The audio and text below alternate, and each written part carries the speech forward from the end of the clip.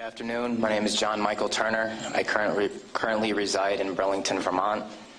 I served with Kilo Company, 3rd Battalion, 8th Marines as an automatic machine gunner. There's a term, once a Marine, always a Marine, but there's also the term, eat the apple, F the core. I don't work for you no more. That was John Michael Turner stripping his medals and ribbons from his chest and throwing them into the audience to the applause of attendees at Winter Soldier. Turner then went on to describe some of his time in Iraq. On April 18th, 2006, I had my first confirmed kill. This man was innocent. I don't know his name. I called him the Fat Man. He was walking back to his house, and I shot him in front of his friend and his father.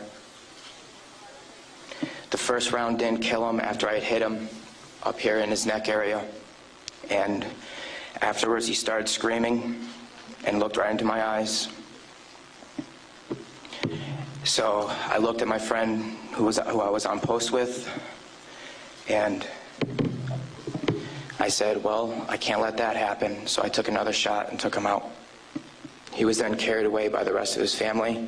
It took 7 people to carry his body away. We were all congratulated after we had our first kills, and that happened to have been mine. My company commander personally congratulated me, as he did everyone else in our company. This is the same individual who had stated that whoever gets their first kill by stabbing them to death will get a 4-day pass when we return from Iraq.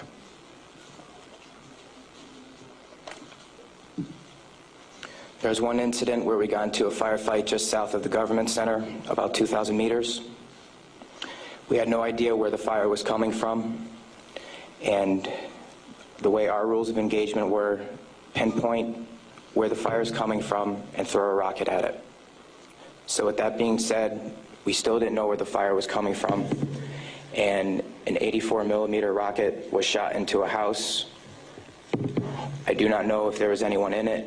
We do not know if that's where the fire was coming from, but that's what was done. Please go to the next image.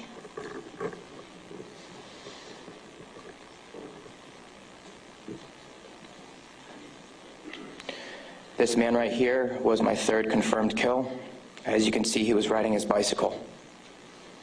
Later on in the day, we went ahead and we had CBS Laura Logan with us, but she was with the other squad. And so she wasn't with us, so myself and 2 other people went ahead and took out some individuals because we were excited about the firefight we had just gotten into, and we didn't have a cameraman or woman with us. With that being said, anytime we did have embedded reporters with us, our actions would change drastically. We never acted the same. We were always on key with everything, did everything by the books. The man on the bicycle, he was left in the street for about 10 minutes until we realized that we needed to leave where we were. And his body was dragged about 10 feet to the right of him, where his body was thrown behind a rock wall, and his bicycle was thrown on top of him.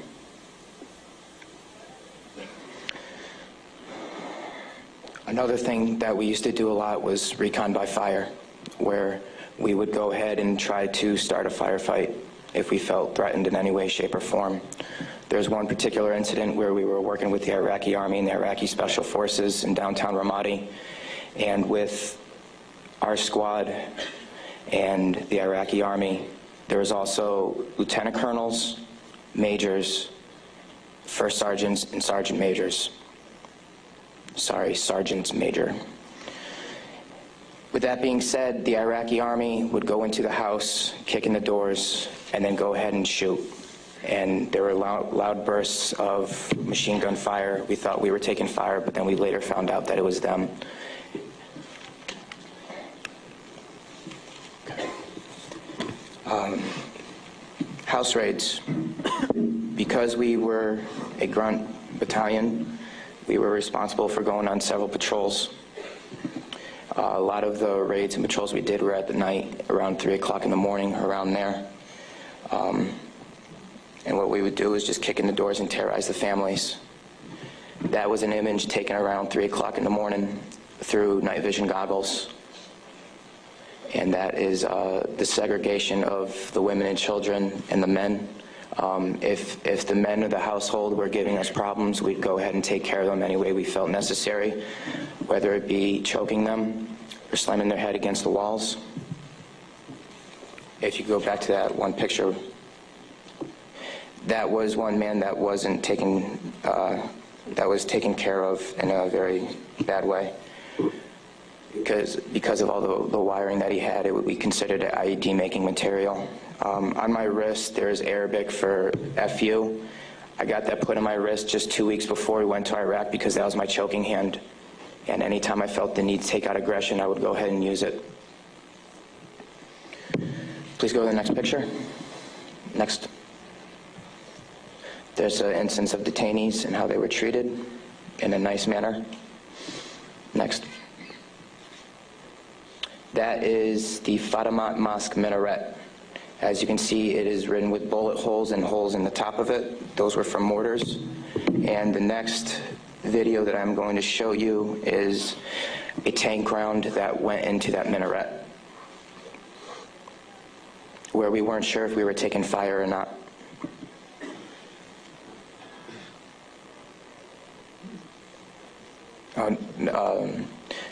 I'll talk about this one. This is after one of the guys in a weapons company had gotten shot.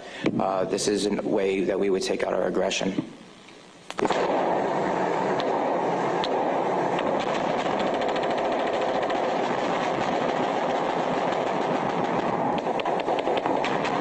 those of you who don't know, it is illegal to shoot into a mosque unless you are taking fire from it. There was no fire that was taken from that mosque. It was shot into because we were angry. Can you please play the next video?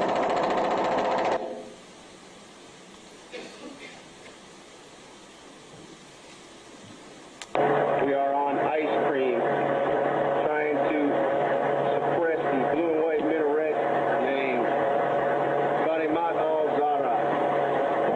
I'll raise your hell raise. Go ahead and take another tape around that building over. That's that mosque door. Another round, Kilo 2. Oh! Yes! Next image. That, okay.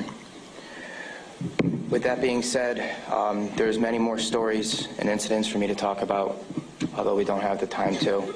But this just goes to show you that that was the after effect of the tank round. This just goes to show you that everyone sitting up here has these stories. And there's been over 1 million troops that have gone in and out of Iraq. So the possibilities are endless. Next image, please. The reason I am doing this today is not only for myself and for the rest of society to hear, but it's for all those who can't be here to talk about the things that we went through, talk about the things that we did. Next image.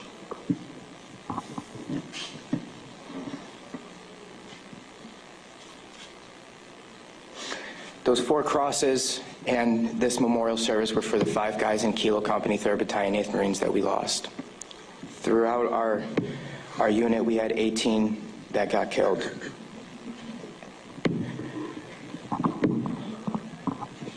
With that being said, that is my testimony.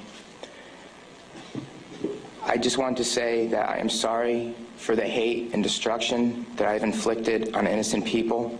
And I'm sorry for the hate and destruction that others have inflicted on innocent people. At one point, it was okay, but reality has shown that it is not, and that this is happening, and that until people hear about what is going on with this war, it will continue to happen and people will continue to die. I am sorry for the things that I did. I am no longer the monster that I once was. Thank you. Former Marine John Michael Turner fought with the 3rd Battalion, 8th Marines. The videos and photos the soldiers showed can be seen at our website, democracynow.org. This is